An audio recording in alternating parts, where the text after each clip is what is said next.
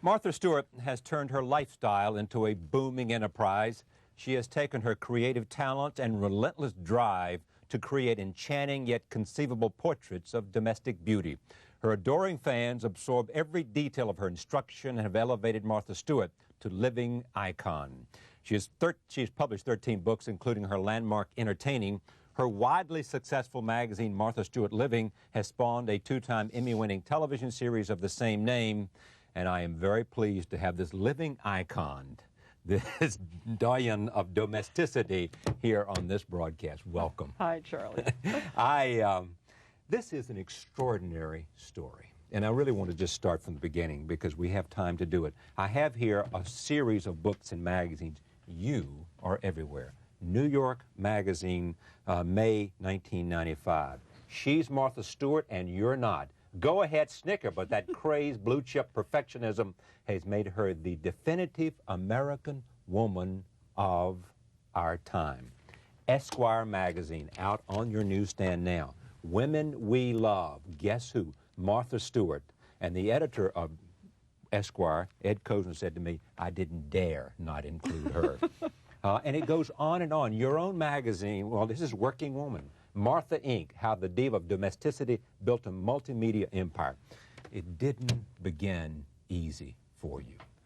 No, it didn't. Yeah. It didn't. I've worked very hard, but what's interesting is that finally a subject matter that everyone kind of poo-pooed, kind of just wasn't paying any attention to, has all of a sudden become a national craze. It is a craze. What is the subject?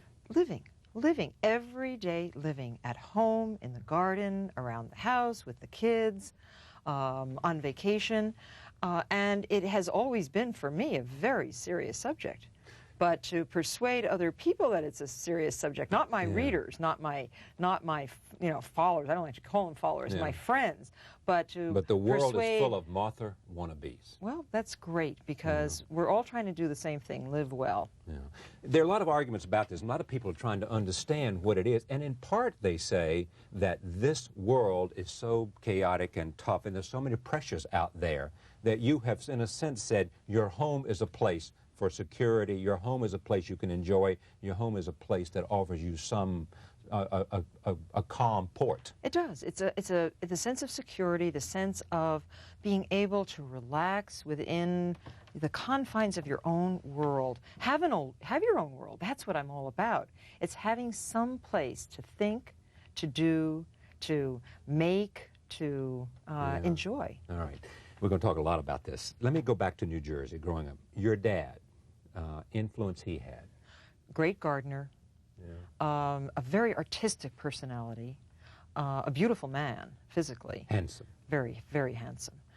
Talented, but disappointed in his own life. Peculiarly so, because he had everything. I mean, he had everything. He had a great family, 6 kids, a lovely wife. My mother is still a very active, personable, caring person, and he yet was not so satisfied with his lot in life. And I've tried to figure that one out. I don't know why, but he was a very talented man and taught me a lot. Taught me how to paint, taught me how the feel of good fabric, taught me about being a perfectionist. And cooking was taught to you by your mother? Mother, yes, indeed. Now, were you the favorite of one or the other? Were you Dad's favorite? Dad's girl, huh? Oh, yes. I was the oldest girl. I was like the second mother to the rest of the brood. But we had a very interesting childhood. Everything done at home, living at home. No vacations, no eating out. We didn't have any money. So you created a place, a home, which became what you have done on a grand scale. Absolutely. Yeah. You were a teenage model. Yes. 13, I started working. Yeah. Well, the drive that everybody talks about now was there then for you. I mean, there was this sense of workaholism, this sense of being as good as you can be. Well, at home, we were always told, you know, you can do anything you want. You can be anything you want to be. We had that. We had that really good instruction all the time. We were. My parents told me the same thing. They did. Good. There are no limits. Yeah. Well, that was the nicest thing that a parent. I think that's the nicest thing a parent can tell a kid, is that you just don't have any limits. And if you're intelligent, you can go out and you can really perform. You can really do what you want to do. Plus, I had really great teachers, Charlie. My teachers, I mean, I remember every single teacher and what they taught me. And were you a teacher's pet? Oh, sure.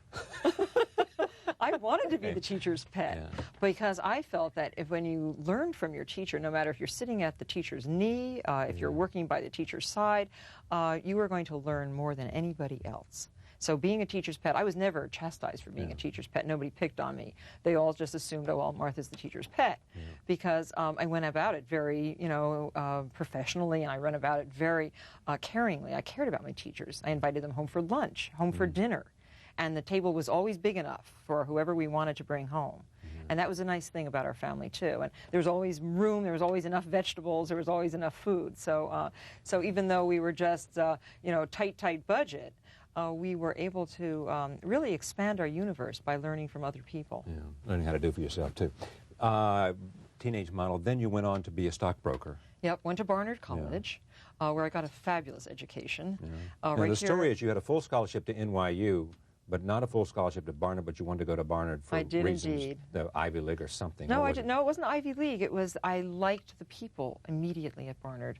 The interviews that I had there, the smallness of the college, and the ability to be within a big university and yet be an independent college. I liked that very much. I was choosy then. I mean, I was choosy. I guess I still continue to be choosy, but it was a great place. And I learned, I really learned to love learning there, more than in high school. Yeah. But you became a stockbroker. Yeah, my father-in-law was a stockbroker. And he encouraged me to sort of gamble.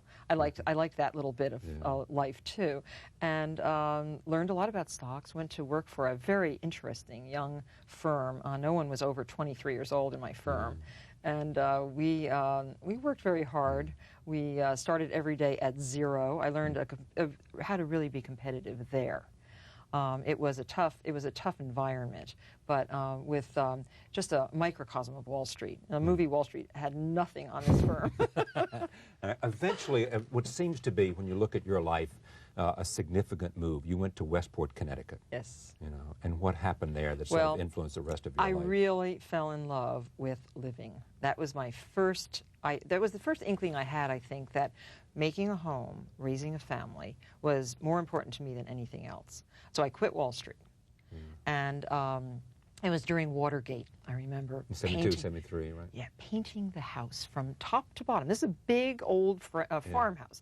Painting it by myself on a ladder, listening to Watergate. Now you're married then. Oh yes. And you have a child, daughter, right? Yeah. And so I'm painting the house, trying to figure out what my life's going to be like, watching America's government sort of fall apart. And I decided then and there that the home was really my place. I really loved it. I loved the garden. I loved decorating, designing, cooking. So I started a catering business. And it was hard. It was hard to go from Wall Street, the excitement of Wall Street and the big dollars. I was making a lot of money on Wall Street. It was very hard to adapt to a different lifestyle. What was hard about it? Just not having money to spend? Well, it wasn't even so much the money as that excitement, that day-to-day, intense relationships, too. Yeah, adrenaline, relationships with very interesting people, conversations, reading, discussing. It was like being on Charlie Rose every day, really and truly, at that office. And so it was hard to go and be secluded in Westport, Connecticut, which was like the, it was the hinterlands in those days. Was it traumatic for you? I think I relaxed immediately into it. I didn't wake up itching and nervous because of Wall Street and my clients and the ire that we aroused on Wall Street. So I was very happy. I was very happy to do what I was doing. So I started this other business. It was just as difficult, less profitable. Yeah, catering. Nothing is more difficult physically, environmentally. I mean, I did it out of my home. I stayed at home, but I still was able to develop and create a business. That turned out to be the basis for everything else I was going to do. I know it is. I want to come to that because empire is what we want to get to, in some sense of you as at the center of that empire. You're catering, and you cater for somebody down in Manhattan, and some publisher comes over and you says, how about a book? Yeah. You know, and he wants to print maybe 5,000, 10,000 copies, and you say, how about 50,000, 100,000? It sells, in the end, how many copies? Oh, gosh, we're close to 1 million on this And here book. it is. This it? Yep. Entertaining. There is cute little Martha Stewart right there. 1982 it now, was is this the published. backyard of your house Yes. then? So everything, the pictures were all taken up there in Oh, absolutely. Westport, Connecticut. That's how I started. I started because I was living in my own world, creating a world. Yeah. I thought, well, I've learned a lot here, and I've really entertained a lot of people. And without the catering business, I could never have written this book. Yeah. So it was unique in its way because, first of all, it was the first full-color cookbook, entertaining book ever written. And nobody even knows that. I mean, it was like a breakthrough book. So it told you what? Look at this. Yeah, is this you here? Those are my cabbages. Oh, my goodness. Is this you out there in the cabbage? It is indeed. This is what? This is like 1980 That's 1981, something? yeah. Yeah, look at that, right? That's your house there, or back of your house, out there in the cabbages. Now, are you a good cook? I think I'm a very good cook, yes. And so this book is all about entertaining, and it's a huge success. Are you now beginning to think there is no limit to what I can do? I never think that. I never think there's no limit. I certainly know my limits, but I don't think about them. Yeah. I have a lot on my mind. I have a lot of very good ideas, I think, and I want to accomplish those ideas because I think that what I've become, writing all these books, creating a magazine, I have become a really good teacher and a good helper for people. And the message is what? What's the message that you teach? One message that I think is very, very important is that you can use your own individuality, you can express yourself creatively, and still just be a regular person. You don't have to, you know, that's really, really what it's all about. It's that taking a regular person and enabling them to think, I can do that. I can make that. Oh, I can't wait to try that. That's what I'm all about. I want to just let people feel they can do it. You know what they say about you, you're selling perfectionism. You're selling the notion that you can have this fantasy, which most people don't have. Dreaming, to me, is an awfully good thing. Fantasy, too? Sure. Fantasy, dreams, aspirations, those are things that I think life is really made of. And if you don't have that, what are you going to do? Just get up and do your old thing every single day, the same old thing? With a dream, you can make a lot of other things happen in your life. You sold sheets and stuff for Kmart, but you didn't like that so much because, in fact, you weren't involved in the marketing of it. Essentially using your name? Well, no, Kmart, the situation with Kmart was I went in with great, again, aspirations. Right. I was going to make the home department of Kmart my place, my home. This is what I mean, dreaming big. Yeah, you bet. I mean, I didn't know Martha about... doesn't just want to sign off and get the check. She wants to run Kmart. At that time, I knew what $1 million was, but I didn't know what $1 billion was. Yeah. And Kmart was into the 30 billions of dollars in retail sales.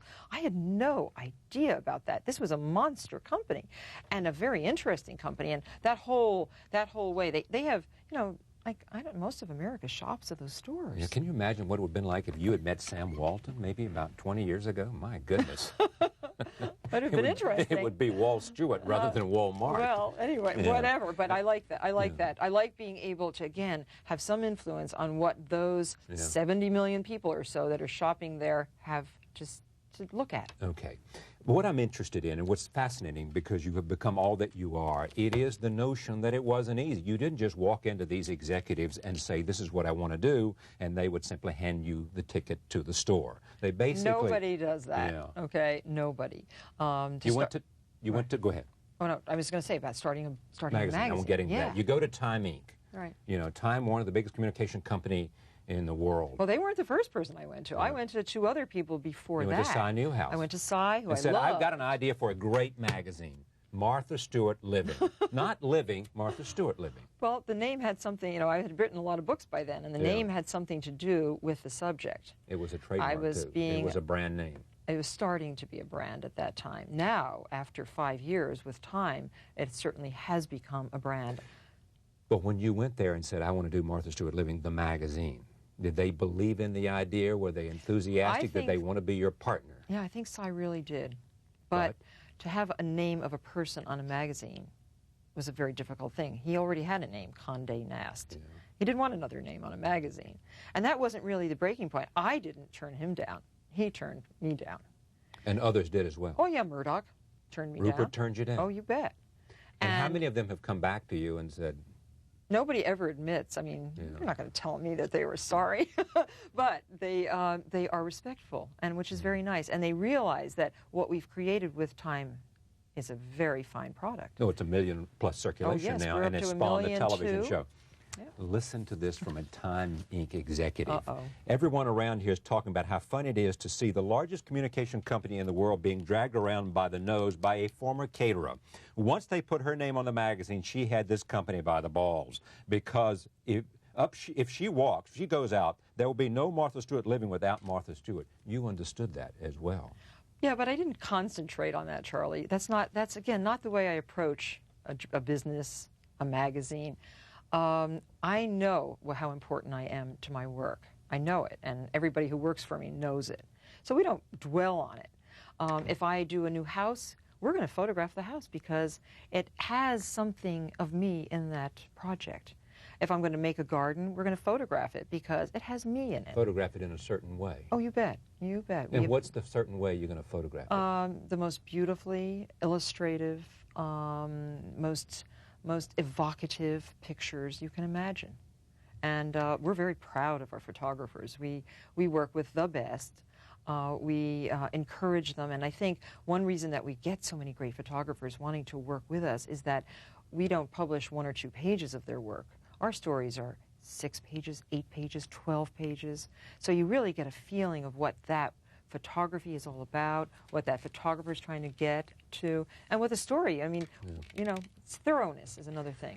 One of the Toronto papers said about you that somehow you understand cultural trends. They said that, you know, you venerate the object, that you understand, as the point we made, that the home is a refuge, a place for pleasure, and that you also are constantly tapping into what you have, what I have. It is the notion of self-improvement. You, too, can be better at cooking, entertaining, holidays, gardening, all of these things. You are saying you, too, can be like the image that I am projecting here, and you see it, and you see it in the most attractive way, in the most attractive lighting, with the most attractive person there. Right. And it's real, too. Right. I think we're going to lose tradition. We're having an urbanization of our society. Right. People are moving into the cities. They're forgetting the basics. I want to bring those basics back to light. The basics are what? Well, basics, just how to grow a carrot. People don't even know how carrots grow. I mean, you'd be amazed at what we find out when I talk to people all over this country. When you find out that they don't know how a fig grows, you know.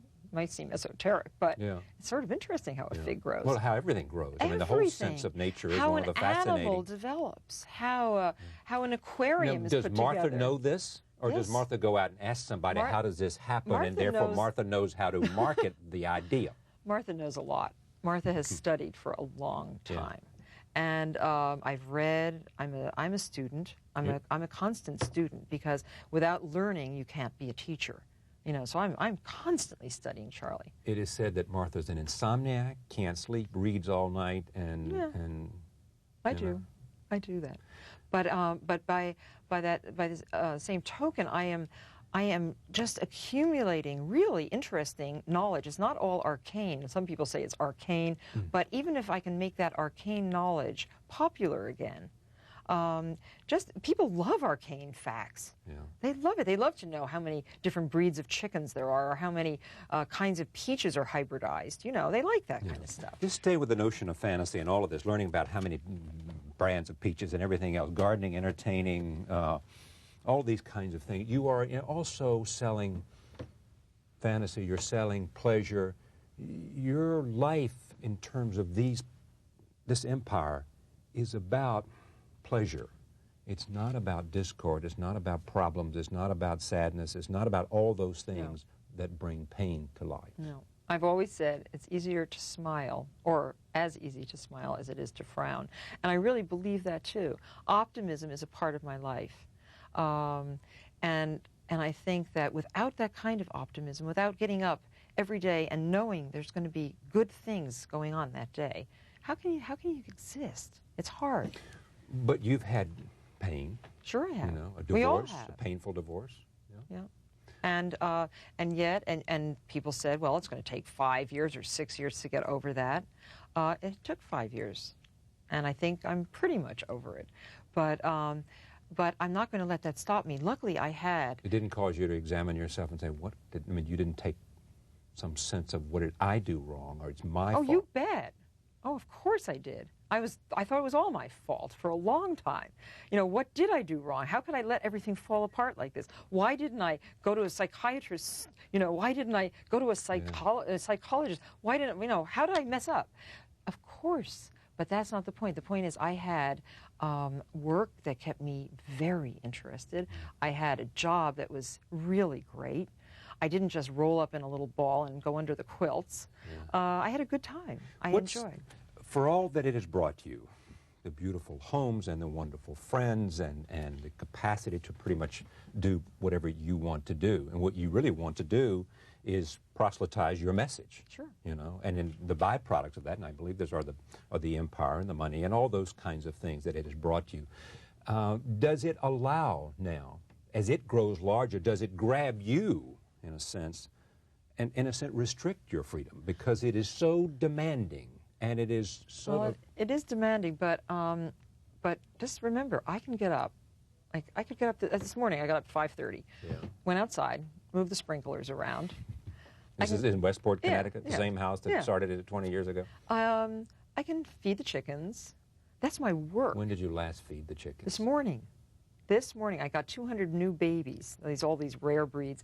And at 5:30 in the morning, Martha's out there feeding the chickens with but what? I'm going out corn? there. Oh, they have cracked corn, baby cracked corn, right. and they have mash, and I pull out all the excess lettuces and stuff in the garden and feed them the greenery. But truly, I mean, I try to stay real centered.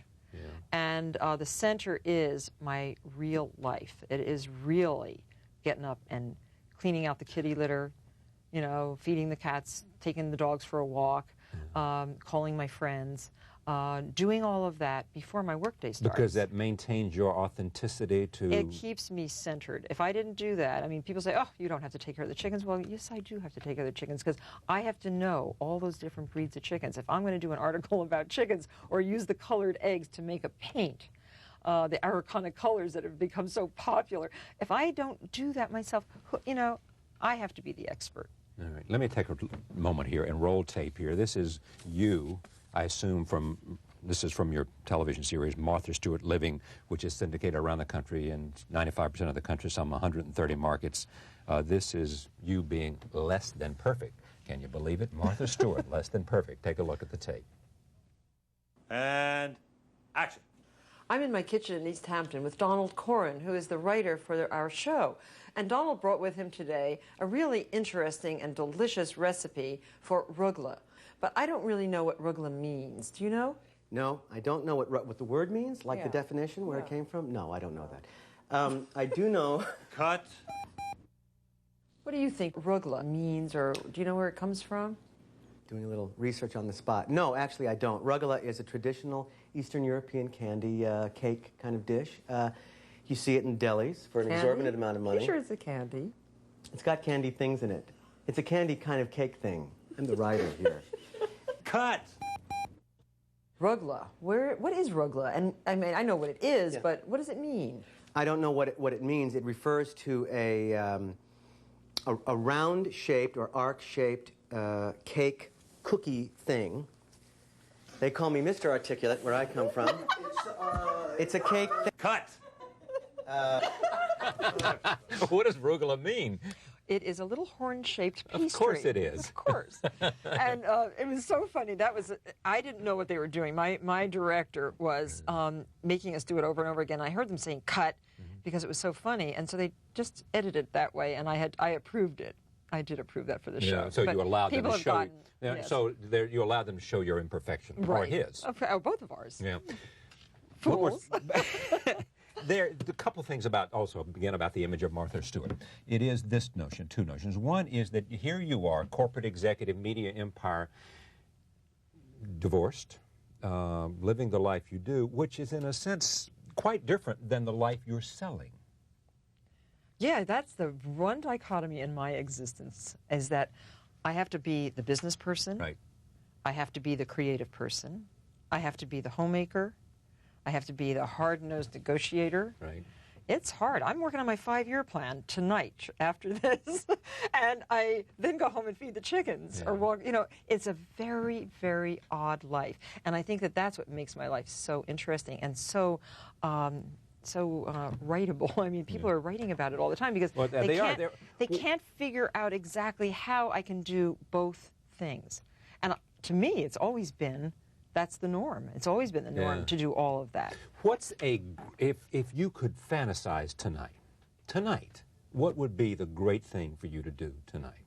I mean, would you rather go to the party with the most interesting people you could possibly think of in New York, which you could easily do, wherever that is, or B, would you most like to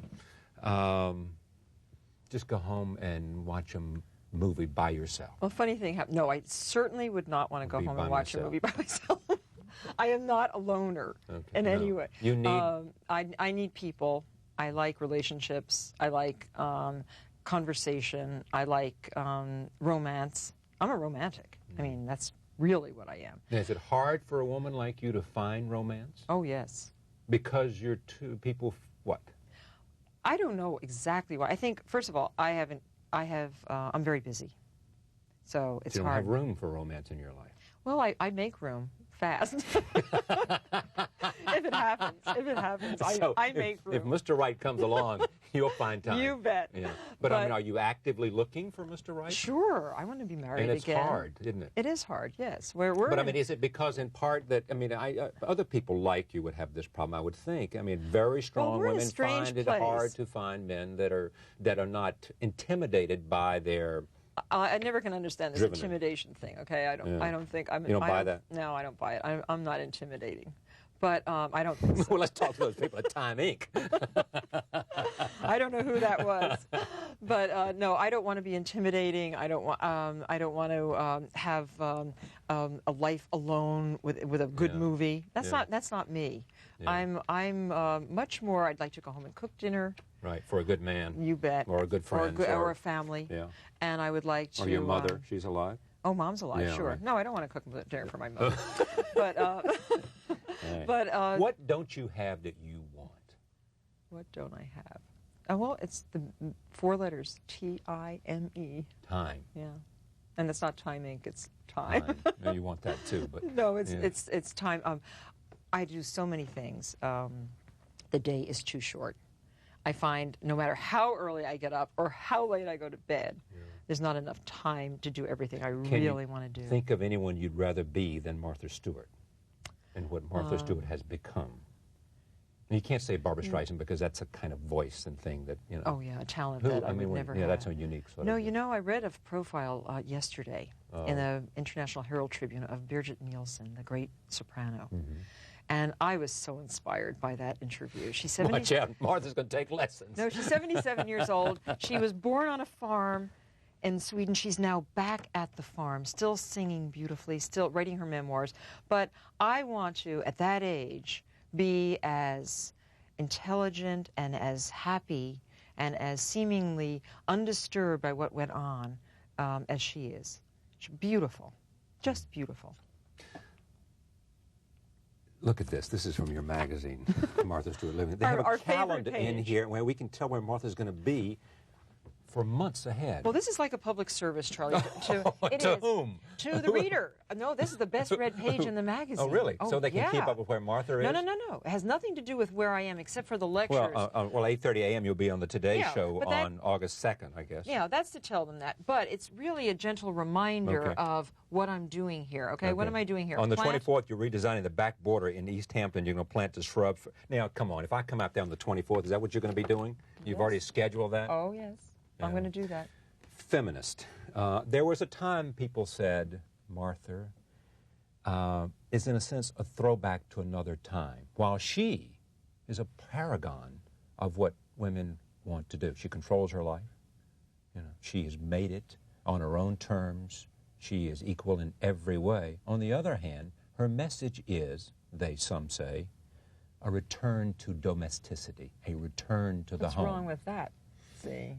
If all of us were more balanced, We would have better family lives. We'd have better work lives. It's all about balance. But in Martha's balanced? I think I am. Yeah.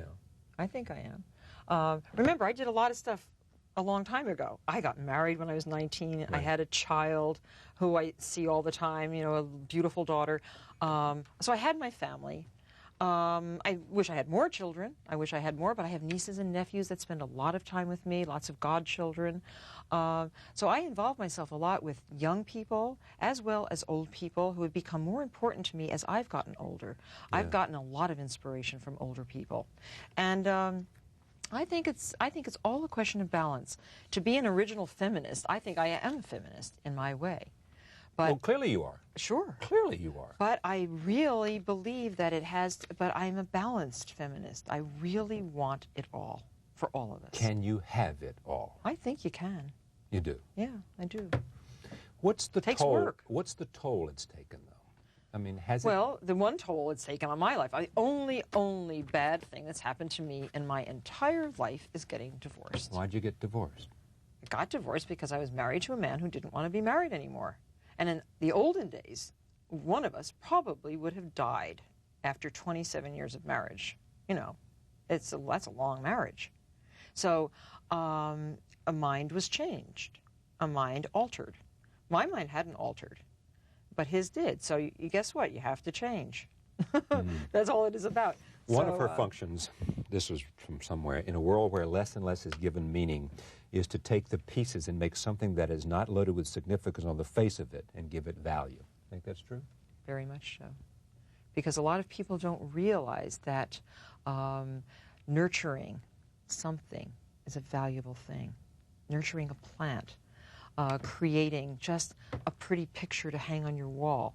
People don't realize how valuable that is to one's own persona, to one's own psyche. It's very important to do that. It gives such a sense of enjoyment and such a sense of one's own worth to be able to create. All of that, that's definitely true. It's great to have you on this broadcast. You are everywhere. Martha Stewart's pies and tarts and menus, quick cook menus, hors d'oeuvres, gardening, entertaining, magazines, television shows, everything. I first met Martha Stewart a number of years ago when I was substituting for the CBS program, the CBS Morning News, and it was in the middle 80s. And here is an excerpt of what we did. It is a VHS copy, so the quality is not as it should be. But take a look at Martha Stewart and see how little has changed. What is glazed ham?